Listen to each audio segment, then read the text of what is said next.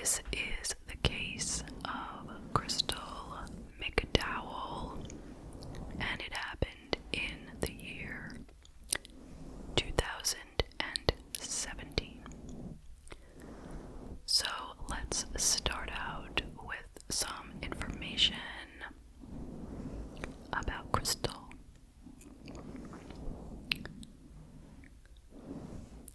Crystal Ann Surratt McDowell was born on October 26, 1979. She had a difficult childhood because both of her parents were drug addicts. And when she was 11, they both died within 6 months of each other, leaving her an orphan. Now, the background here is a little bit fuzzy. I don't have all the details, but I don't know where she lived when they first died, but somehow she got abducted when she was 13 by a man who we don't know who he was exactly. But he kept her in a chicken coop and subjected her to SA. Luckily, she was able to escape, and at that point, her Uncle Jeff took her in and raised her as if she was his own. They were very, very close from that point forward. Now, in her adulthood, she became a flight attendant, and she really, really enjoyed that lifestyle because she got to do a lot of traveling. And it was during her years as a flight attendant when she met a man named Steve McDowell. And they fell head over heels and ultimately got married. He already had a child from a previous relationship, but the two went on to have their own children, a boy and a girl, and they seemed to be living an ideal life together. At least that is what it looked like on the outside. But it was said that the marriage was actually very tumultuous right from the beginning, and that Crystal had asked him for a divorce after the first year, but he manipulated her at that time by saying that he would take his own life if she left him.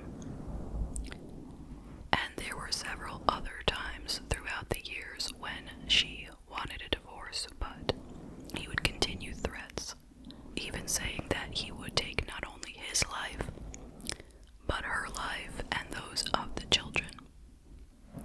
Now, after 10 years of marriage, somehow Crystal finally got a divorce from him.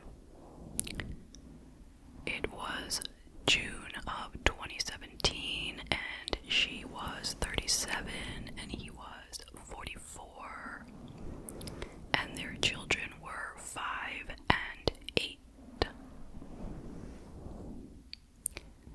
She was no longer a flight attendant, but she had begun a very successful career as a real estate agent in the Houston, Texas area. And she was the primary breadwinner. He did work, but it seems she made a lot more than he did. So she helped Steve buy a house, and she lived with him while her own home was being remodeled. She told people that they had had a friendly divorce, but people who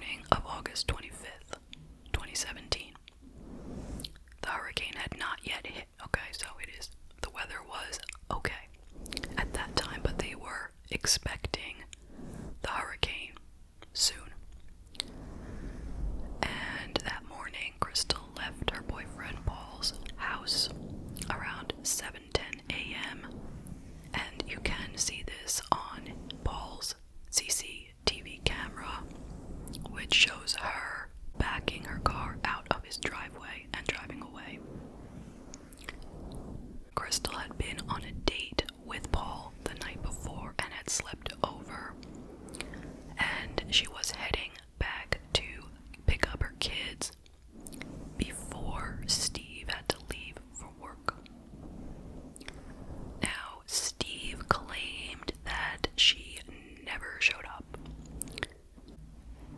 to pick up the kids, and that was highly unusual for her. She was not like that, and she would never just leave her kids and run off. So people were starting to get worried. She also had not texted her Uncle Jeff in a day, and a day never went by when she didn't text with him. They were very, very close. So they reported her missing to the police, and a search began. But don't forget, there was a hurricane, and it had hit. After she went missing, the hurricane hit, and it was a bad one. Very, very, very damaging. So it's a terrible time to need help from the police because they were inundated. Everything was flooded. Lots of people needed rescuing.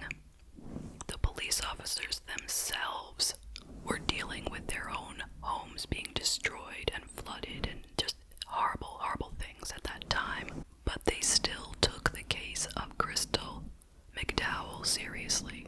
They were still going to give it their all. Crystal's uncle, Jeff, said this to the media at the time, quote, "Steve showed me a message on his phone where she said she was going to get the kids and go to Dallas. I have reservations about believing that she sent that message. I have strong feelings about what's happened, but I'd rather not voice them right now." So he's saying that he doesn't think she wrote it. He's not saying that he thinks Steve did anything, but he's just wondering who wrote the message for her. Like, did someone take her and then make a fake message from her? Like, what is the situation? He doesn't think that in the midst of a hurricane she would go get her kids and drive to Dallas. So he offered a $10,000 reward, and Paul, her new boyfriend, offered a $5,000 reward for any information on her whereabouts. And the search continued.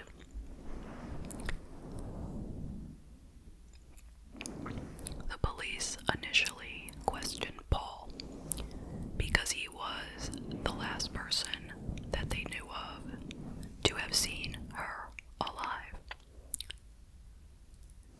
He told them whatever he knew, which wasn't much, just that she had left his house that morning, and that was the last he saw or heard from her. And he pointed them in the direction of Steve, saying he seems, like a better suspect than me. Because he said that Crystal was afraid of Steve ever since he'd found out about their new relationship. But anyway, they gave Paul a polygraph test, and he failed it.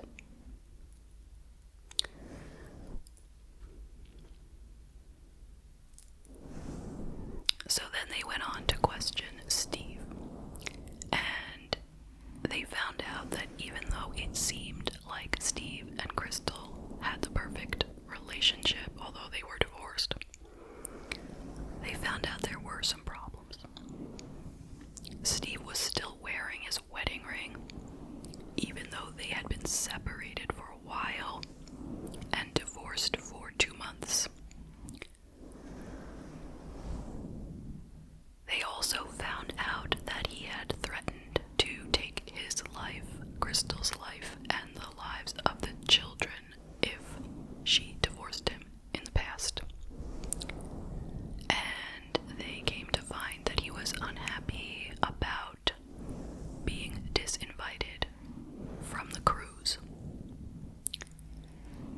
So they gave him a polygraph, and he failed it.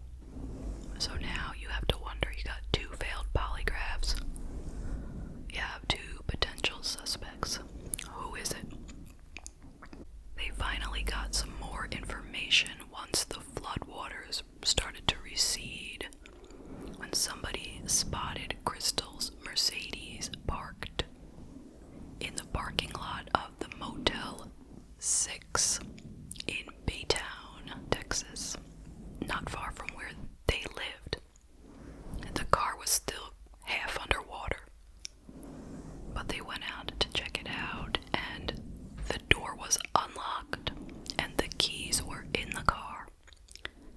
It seems that somebody had parked it there before the flood and hoped that somebody would come and steal it to get rid of the evidence, you know?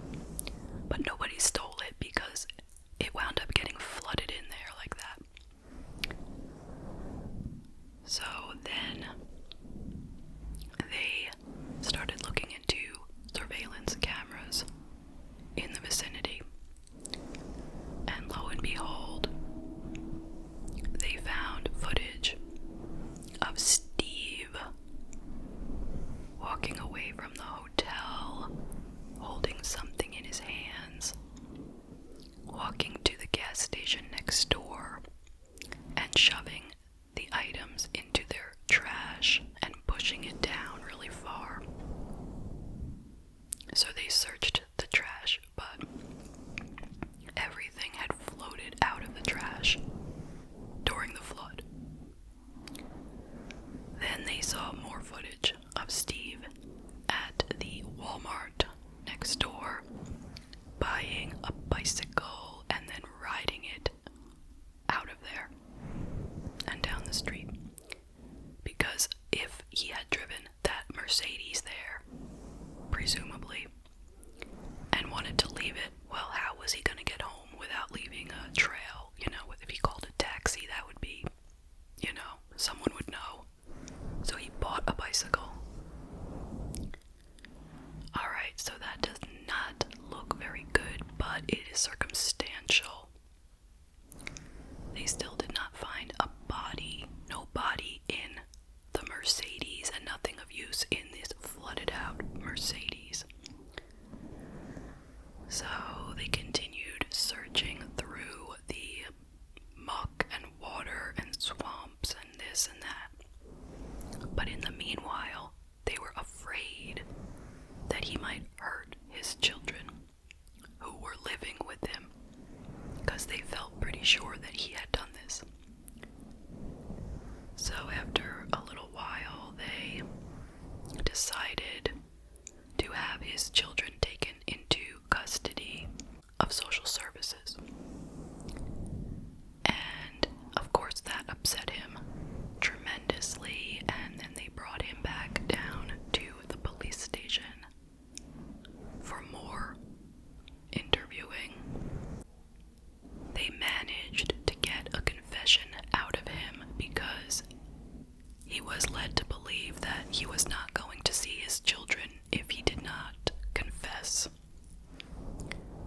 Meaning, I guess, if he didn't confess and they found him to be guilty, then they'd make it so that his children could never visit him. Something of that nature, but the threat of not seeing the children is kind of what helped him to decide to confess. And he told them that he had strangled and killed Crystal just before Harvey made landfall. He said he grabbed her from behind in a chokehold and began to strangle her. She told him that he was scaring her, but he did not stop. Instead, he just tightened his grip until she stopped moving. Then he wrapped her head in a bag and the rest of her body in a blanket, and he put her in the trunk of his car. He waited till morning, and then he left the house with the children sleeping inside, and he disposed of her body and her car and her cell phone.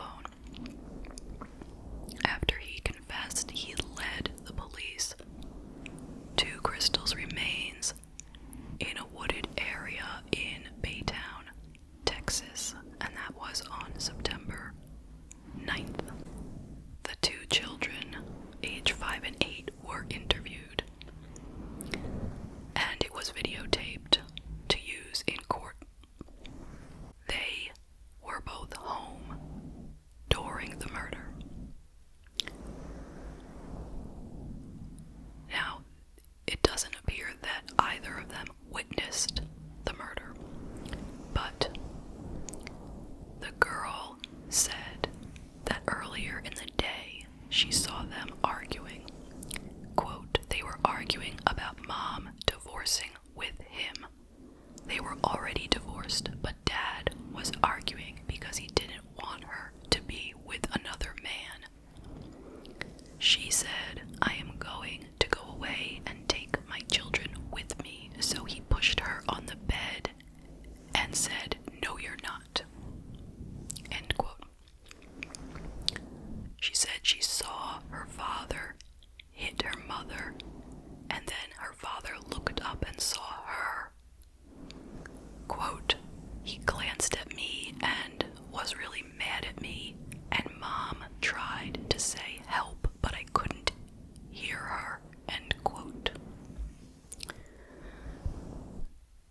She also said in the video that she and her brother no longer talk to their father, but nobody told them that they couldn't talk to him.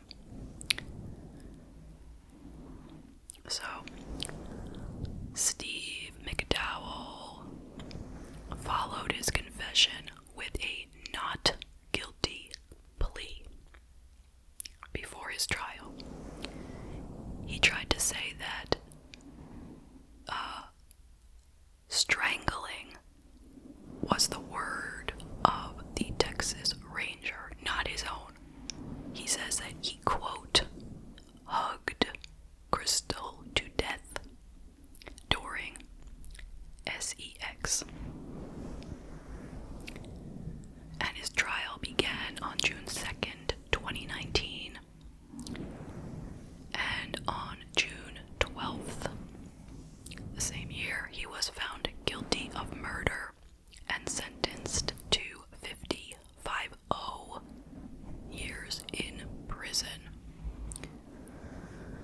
The children were taken by the Texas Department of Family and Protective Services, and ultimately they were taken in by Crystal's friends, who took custody of the children. And that is the case. So what do you think? I will tell you some of my thoughts. First of all, my heart goes out to Crystal McDowell. May she rest in peace. Such a senseless crime. This woman had so much going for her. She had so much to live for. She was only 37. She had 2 beautiful children that she loved. She had a good job. I'm not going to say anything about her new relationship because it was a new relationship, 3 weeks, but she was happy with that at the time. And she had friends who loved her and family who loved her, and this man took that all away for nothing. He destroyed so many lives. And my heart goes out to the 2 children. They lost their mother and their father. And I am sure that they are very scarred by what happened. I truly hope that they are able to somehow get through this and lead happy and healthy lives. And of course, my heart goes out to the rest of Crystal's family and friends as well, especially her Uncle Jeff. So, what can I say about Steve McDowell? What can I say that you don't already know? It's another case of if I can't have you, then nobody can, which is the stupidest thing anyone ever thought or said. Let's be real. I will never understand